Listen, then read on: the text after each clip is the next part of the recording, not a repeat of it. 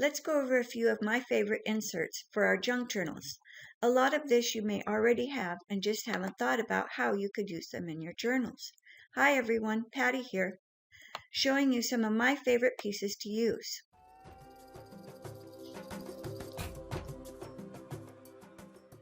Last year's calendar. One of my favorite artists is Carla J, and I love her calendars. I want to preserve them into something special. These textbooks I obtained from my library book sale for hardly nothing, and I love the graphics in them. Plus, sometimes you get an added bonus of some handwriting on the pages. Magazines are almost a thing of the past, but you still can get some with beautiful pictures. You can find pages with the colors you are using in your journal. The seed catalog pages have illustrations that I love to try to draw and use for belly bands and bookmarks. Music pages have such great texture to add collages. Puzzle magazines from the dollar store have words that are a great size and print to add. When I go to the library old book sales, I always look for books about insects, poems, gardening. The drawings will add great interest to your pages. I think anything with flowers and gardening add a wonderful touch to our signature pages. How about, I call them coffee table books with the great illustrations and usually heavyweight pages? I don't have a coffee table anymore, so what better way to use all of these beautiful books? Can you rip up a perfectly good book to put into your journal? This is hard for some people, but I'm getting such a collection now that it doesn't bother me. Sometimes you don't want your pages to be sideways in your journal, so you can use this little tip and put two single pages together with a piece of paper, material, or washi tape to join them, and you have pages with the text going the same direction. Of course, add a little distressing ink to the edges. Put this reinforcer down both sides of your page. Leave a little gap in between your page so it folds well and not too tight for closing. Trim off any excess. This method works for pages that might have a section when you tore it out of the book that you ripped off a bigger piece than you really wanted. So it fixes the bigger gap also.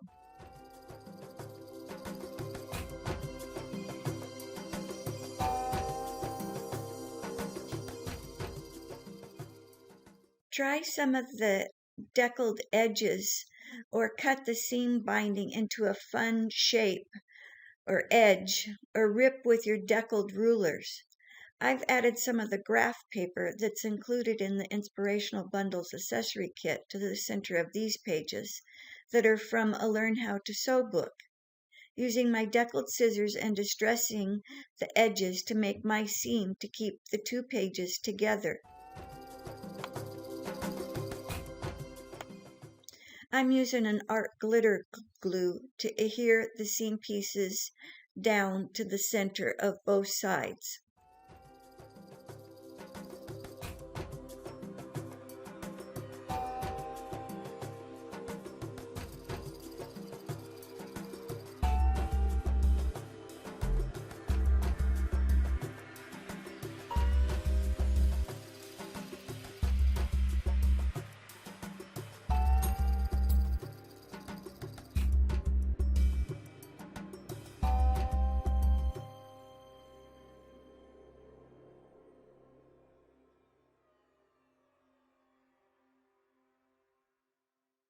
See that big gap I've got there?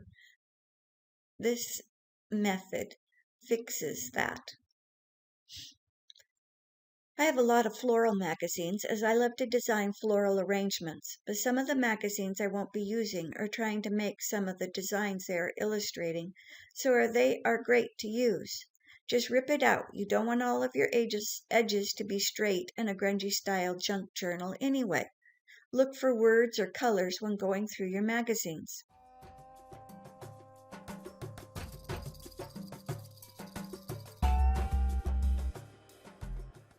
Sacks are another great addition as you can make pockets and tuck spots without much effort. One is a bag that my wine came in when I went on a wine tour last summer. It's extra long and could be folded into a 3-fold pocket. My tea bag sack has a rip down one side, but I love these bags with the metal closure. So I added some of the handmade washi tape that I have included in my Inspirational Bundles accessory kit on my Etsy site that matches my Inspirational Bundles slow stitch kits.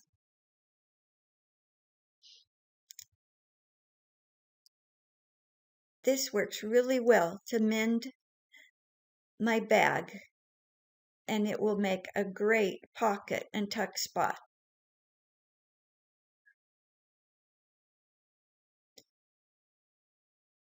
This handmade washi tape is very sticky and will hold nicely to keep this bag together.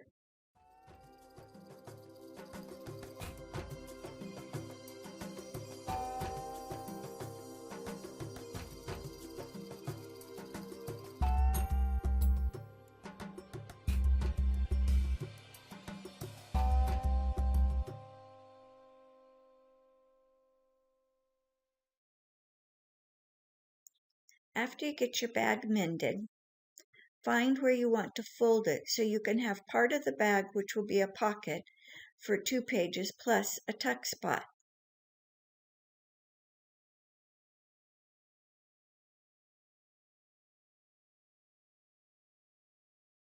I cut out a sliver of the end of the bag so it will be a pocket and the end will be a tuck spot.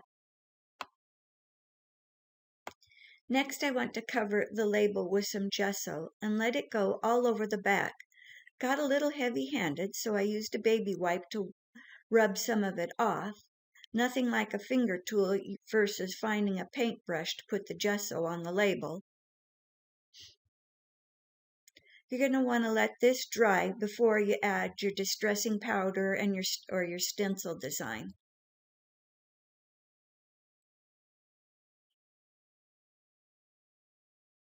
And if you're like me, you're going to have to go wash your hands before you go to the next step anyway, because you just made a mess all over the place.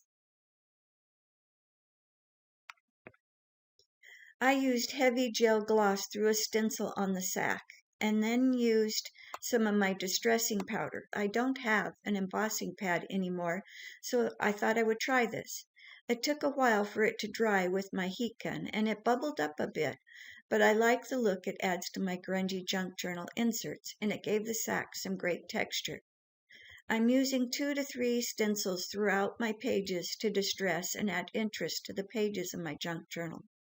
For the sacks, I'm using 2 different stencils, right over the end piece of the soon-to-be tuck spot.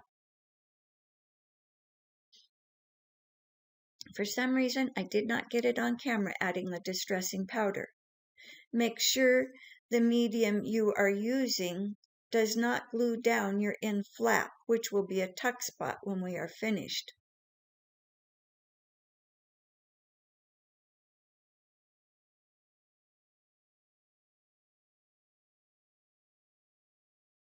I'm just doing both sacks while I have the gel medium and the distressing powder out. I use an old credit card to adhere the gel medium to the sack. I did not add stencil in the center of the sacks as it would be too hard to sew through when binding my signatures.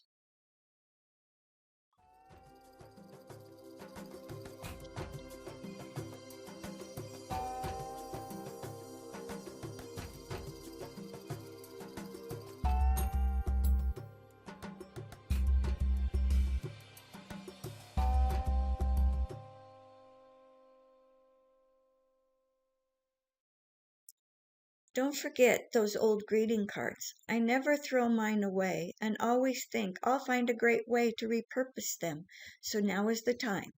I found 3 that have blues in them. I used matte medium to cover up the writing that I don't want to share with anyone else, and then I added some collage in other areas. These pieces are just leftover pieces of old book pages, graph paper, packaging paper that I keep in a beautiful copper bowl on my desk as I craft.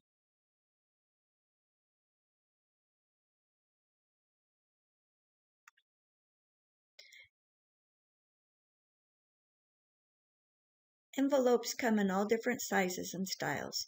Use those from business and advertising envelopes, and don't forget to reuse the blank copies of membership and credit cards or gift cards for tags. Sabio on YouTube has a great video on reusing these cards for charms. She even has a free download to go with it. Newspaper comics are fun. The packaging from buying a stencil and stamp set from Tim Holtz has great colors, and folding it where it is off kilter adds a bit of interest. This little book came with my tea order, and I thought I could do something interesting with it. Packaging material is so versatile. Here I'm just going to rip it into some sizes that will be manageable page sizes. This journal is approximately 8.5 by 11 inches, but I don't like all of my pages to be the same or straight edges. I use a deckled ruler to rip pages in some odd shapes and sizes for my pages and my signatures. I have 3 signatures for this journal, so I want a piece of this packaging paper in each signature.